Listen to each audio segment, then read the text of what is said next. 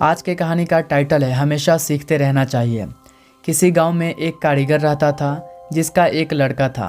कारीगर अपनी छोटी सी झोपड़ी में टोकरी बनाता था जिन्हें वह 20-20 रुपये में बेचा करता था। अब कारीगर बूढ़ा हो चुका था। उसने सोचा कि मैं अपने बेटे को यह टोकरी बनाने का काम सिखाता हूँ। लड़के से कहा कि तुम उसे सीख लो, मैंने तुम्हारे दादाजी से सीखा है, ये हमारी पीढ़ियों से चला आ रहा काम है। अच्छा काम है। लड़का भी मान गया टोकरी बनाने का काम सीखने को।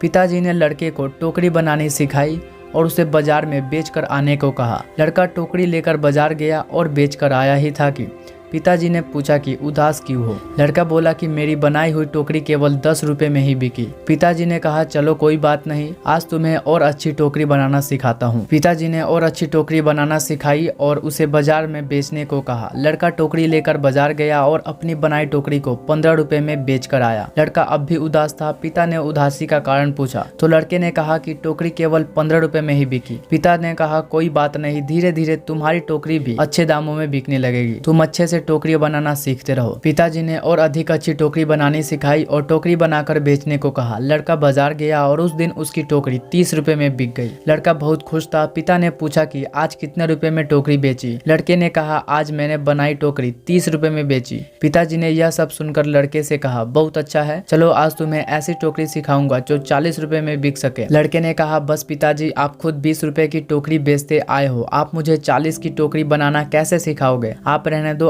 आपसे ज्यादा रुपए की टोकरी मैं बनाना जानता हूँ। इतना सुनकर पिताजी ने कहा ऐसा ही कुछ मैंने भी कहा था जब मेरे पिताजी खुद 15 रुपए की टोकरी बेचते थे और एक दिन मेरी टोकरी 20 रुपए में बिक गई। मेरे पिताजी ने मुझे 25 रुपए की टोकरी सिखाने को कहा था तो मैंने भी सीखने के लिए मना कर दिया था और कहा था कि आप खुद 15 की बेचते आए हो, आपसे ज्यादा की तो मैं बेचकर आया हूँ और तब से जीवन भर 20 रुपए की ही टोकरी बेचता आ रहा हूँ क्योंकि उससे ज्यादा की टोकरी मैं सीख ही नहीं पाया।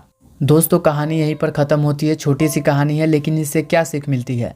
ये कहानी हमें सिखाती है कि हमें थोड़ा सा सीखने पर यह घमंड नहीं करना चाहिए कि अब मैं सब कुछ जानता हूँ, क्योंकि ऐसा हो सकता है कि हर कोई कुछ न कुछ आपसे अधिक जानता हो। हमें हमेशा कुछ न कुछ सीखते रहना चाहिए।